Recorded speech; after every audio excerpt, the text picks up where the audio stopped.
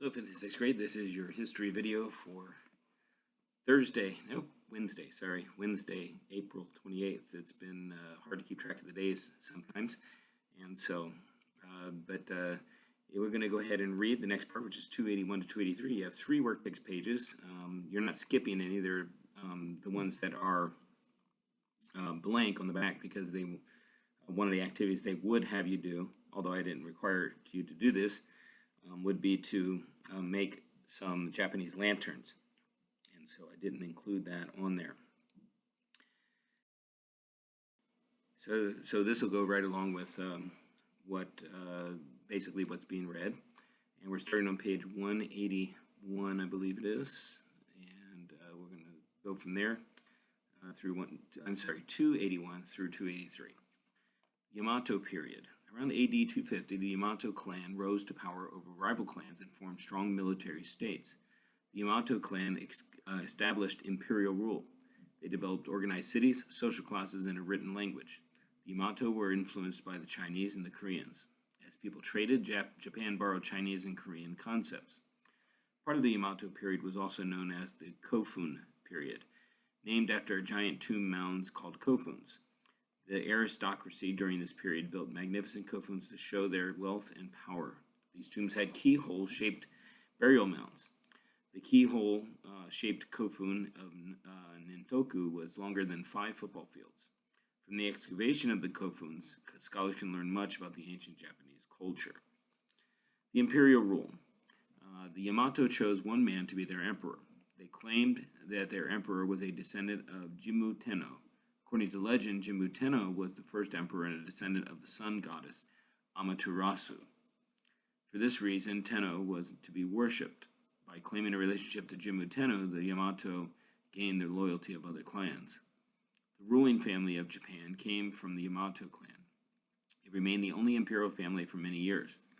The emperors continued to claim that Jimmu Tenno was their ancestor. All right, and then you have some information about Prince Shotoku up there.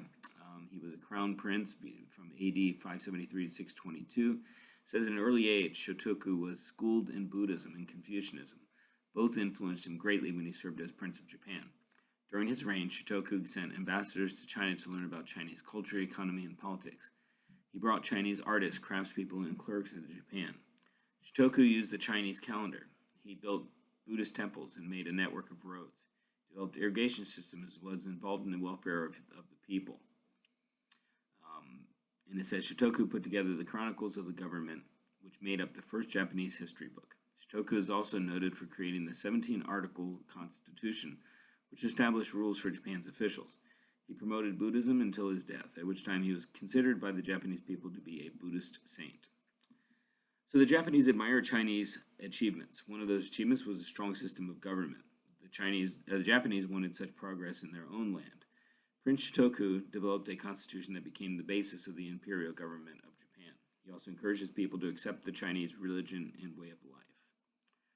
On to the next page. It says religion. The main religion in Japan was Shintoism. Shinto means the way of the gods. This religion is a form of nature worship. It teaches that every object or creature in nature has a spirit that should be worshipped as a god. These gods, or nature spirits, are called kami. The most important kami is the sun goddess, Amaterasu. A kami can be in an inanimate object, such as a rock, or an animate object, such as a bird. The Shintoists worship these objects, called Shintai, in a shrine. Shintoists also worship the emperor, whom they consider a god. Shintoism is still practiced in Japan today. In addition to Shintoism, Buddhism was practiced in Japan. Prince Shotoku is credited for spreading this second religion. He sent students to China to learn about Buddhism and encouraged Japanese to practice it. Several Buddhist temples were built throughout Japan. Many Japanese practiced a mixture of both Shintoism and Buddhism. So Shinto beliefs here, it says Shintoism teaches that the main problem with the world is that humanity is out of harmony with nature. By practicing Shinto rituals, people can develop a connection with the kami, the spirits in nature. This connection will bring about the prosperity and harmony in this life. In contrast with Shintoism, Christianity identifies sin as the main problem of the world. Sin disrupts people's relationships with each other. With creation and with God. In addition, the Bible teaches that there is only one God. Other spirit beings, such as angels, exist, but they are not tied to features of this natural world. They are different from the Shinto idea of kami. Kami is your secret word. Christianity teaches that a truly prosperous life involves being made right with God by having sins forgiven. This may bring suffering in the present, but in eternity, God will set right all that is wrong with the world. All right, and then on that third page there, 283, calligraphy was introduced to the Japanese by Buddhist missionaries from China. Chinese calligrapher Wang Chihi is credited for being their father of this art form. The Japanese adapted the Chinese characters to the Japanese language. Japanese calligraphy is called shodo. One style of shodo is called kaisho, which means correct writing. This is a formal block style used in most publications in Japan, such as newspapers and magazines. Another style is called gyosho, which means traveling writing. Students use this semi-cursive style to write notes. The third style, sasho, it means grass writing. This is a flowing cursive style used in formal Japanese calligraphy. Buddhist missionaries from China were sent to Japan and had a significant influence. Many were scholars and teachers. They taught the Japanese how to read and write Chinese, study Chinese literature, and create art in the Chinese style. The missionaries also brought new customs and new styles of clothing. Later, many Japanese traveled to China to study in the Buddhist schools. Government. The Yamato Emperor controlled the government. Controlled the government. He chose people from the most powerful families to help him govern the many clans. Positions passed from officials to their sons. The government paid officials by giving them control over land and farmers.